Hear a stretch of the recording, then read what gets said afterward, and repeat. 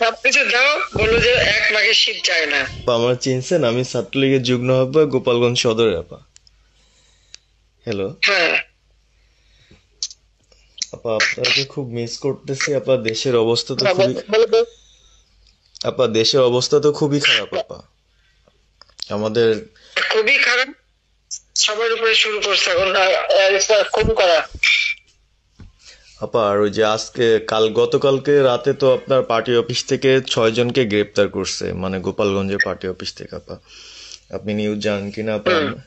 আমরা তো বাড়িতে ঘুমাইতে পারতেছি না আপা। এটা প্রশাসন খুব মানে খারাপ করতেছে, যৌথ বাহিনী অভিযান করতেছে আপা, এই অবস্থা। হ্যালো হ্যাঁ, ওখানে তো একজন শিবির আর একজন হলো ছাত্র দল, তাদেরকে বসাইছে এখন গোপালগঞ্জে। জি আপা, এইটা আসলে গোপালগঞ্জে এখন আপা আমার আমার আসলে আপনার সাথে অনেকদিন ধরে কথা বলার ইচ্ছা ছিল, বাট আপনি ধরছেন, অনেক ধন্যবাদ আপা। আর আমাদের গোপালগঞ্জে একটা দিক নির্দেশনা দিবে এরকমের একজনকে একটু সেট করলে আমাদের জন্য ভালো হয়। আর দ্বিতীয়ত তাহলে সারা বাংলাদেশের নেতাকর্মীরা হয়তোবা নামতে পারতো। হ্যাঁ, একজনের নাম বলবা, সাথে সাথে তাদের একটা মামলা দেবে এবং গ্রেপ্তার করে নেবে। ও, তাহলে তো ওইটা আসলে, তাহলে তো সেটাও তো আসলে, তাহলে আমাদের কোন দিকে যে যাব আপা আসলে। আহ, না, নিজেদেরই করতে হবে, যে যেখানে যার অবস্থান থেকে কাজ করতে হবে। আপা আমার ইউনিয়ন হলো বুড়াশি ইউনিয়ন। এই যে আপনি যে নৌকায় করে চলতেন, মানে যে রাস্তা দিয়ে যেতেন। জি, আমি চিনি। জি আপা। তো যার যার এলাকা নিয়ে শেষে কাজ করতে হবে, আর সবাইকে সাবধান করতে হবে। আর ওই গোপালগঞ্জ যাবো, যে গোপালগঞ্জ যখন হাত দিচ্ছে, জি তো আপা। গোপালগঞ্জে যে হাত দেয় তার কিন্তু হাত পড়ে। জি আপা, জি আপা, জি জি তো গোপাল। গোপালগঞ্জে হাত দিলে এটা ভালো হবে না। জি আপা। আপা আপনি ভালো আছেন তো আপা? আমি ভালো আছি, আমি ঠিক আছে। আমি এই যে কথা বলছি সারা বাংলাদেশে, কারণ কালকেই প্রজ্ঞাপন দিছে। জি আপা। এনএসআই, র্যাব, ডিজিএফআই সবাইকে রিপোর্ট, আইজিপি কে ডেকে এনএস বলে দিছে, মানে আওয়ামী লীগ, আওয়ামী লীগের সাবেক এমপি, বর্তমান এমপি, ভবিষ্যতে এমপি হতে পারে, জি আপা। তারা তাদের আত্মীয় স্বজন, জি ক্লোজেস্ট আত্মীয় স্বজন, জি আপা। প্লাস যারা কাউন্সিলর, মেম্বার, তারপরে মেয়র, যে যেখানে আছে, এবং তাদের আত্মীয় স্বজন সবাইকে অ্যারেস্ট করতে বলছে। তোরা কত করবে সেটাই তো কথা। হ্যাঁ আপা, এখন আমি কত করবে? আমি কালকে আমাদের ইউনিয়নের চেয়ারম্যান, আপনি চিনেন কি না জানি না, MM ননি আহমেদ ননি, উনার সঙ্গে একটা মিটিং করলাম, কথা হয়েছে অনেকক্ষণই। তো উনি দিক নির্দেশনা দিল এবং কালকেই যাওয়ার কথা ছিল আমাদের একটা মিছিল নিয়ে, বুড়াশি ইউনিয়নের যারা ছাত্রলীগ করে কর্মী যারা আছে এদের নিয়ে আমরা একটা মিছিল নিয়ে যাওয়ার কথা ছিল। কিন্তু তার ভিতরই, মানে সন্ধ্যার পরে 7টায় প্রোগ্রামটা ছিল, আহ, তার ভিতরে নিউজ আসলো যে যৌথ বাহিনী অভিযান চলবে। তো আমরা গেলাম না, ওনারা যারা গেছিল যাওয়ার পরে আপনার অ্যারেস্ট করলো। আর ওই যে পিছন দিয়ে যে গেটটা আছে না আপা, ওই গেট দিয়ে হয়তোবা 4-5 জন ধরেন যে চলে গেছিল বাইরে, এই অবস্থা।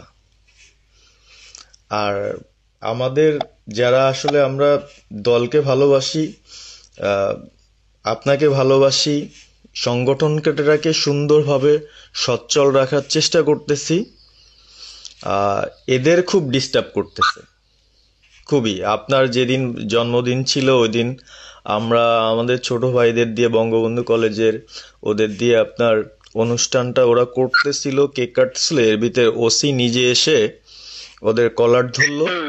মানে খুব অ্যাক্টিভ যে 4-5 জন ছেলে আছে, হিমেল, তারপর বাপ্পি, রেয়াজ, সাকিব,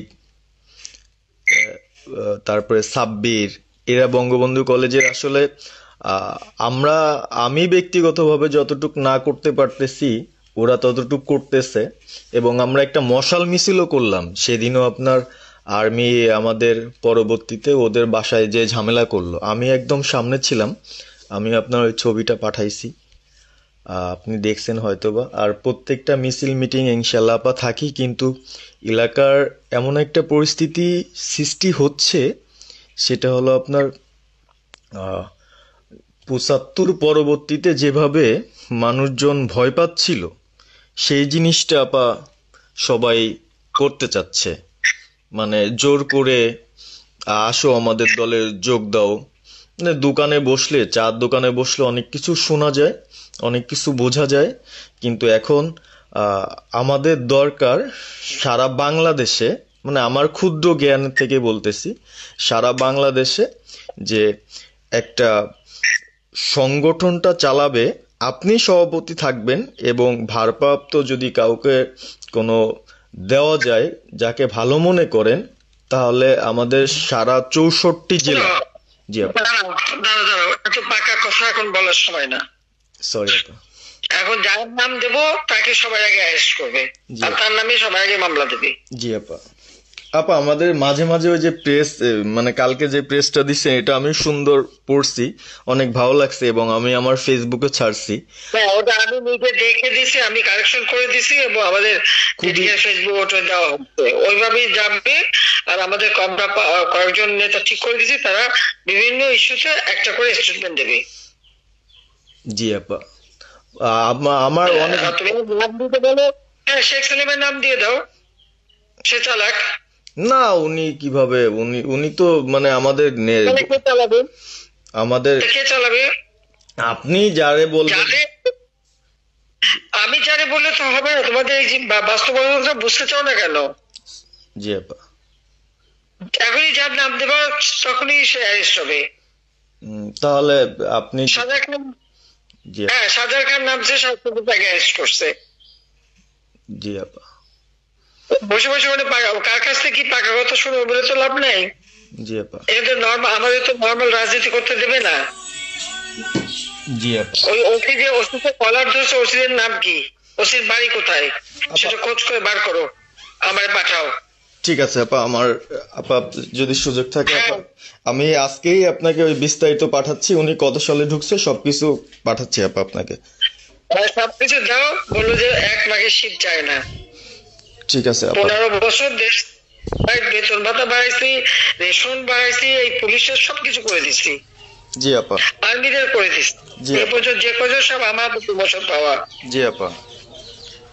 আর এখন একেবারে ওই সুদখোর ইউনূসের কথা শুনে লাফাচ্ছে, আর ওই জামাতের ওরা কয়দিন আছে, জি আপা। সামনের 1 মাস থেকে কিনা দেখো।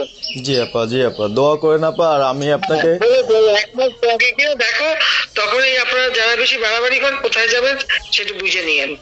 জি আর এই তালিকা সব করে রাখো আপা। আর যারা এই যে ঘর বাড়ি ভাঙা পোড়ানো তাদেরকেও হিসাবটা নাম রাখো, এবার যেন ভুল না হয়, পরে এর চাচা, ওর মামা, ওর শ্বশুর, ওর শাশুড়ি, এইগুলি যেন না হয়।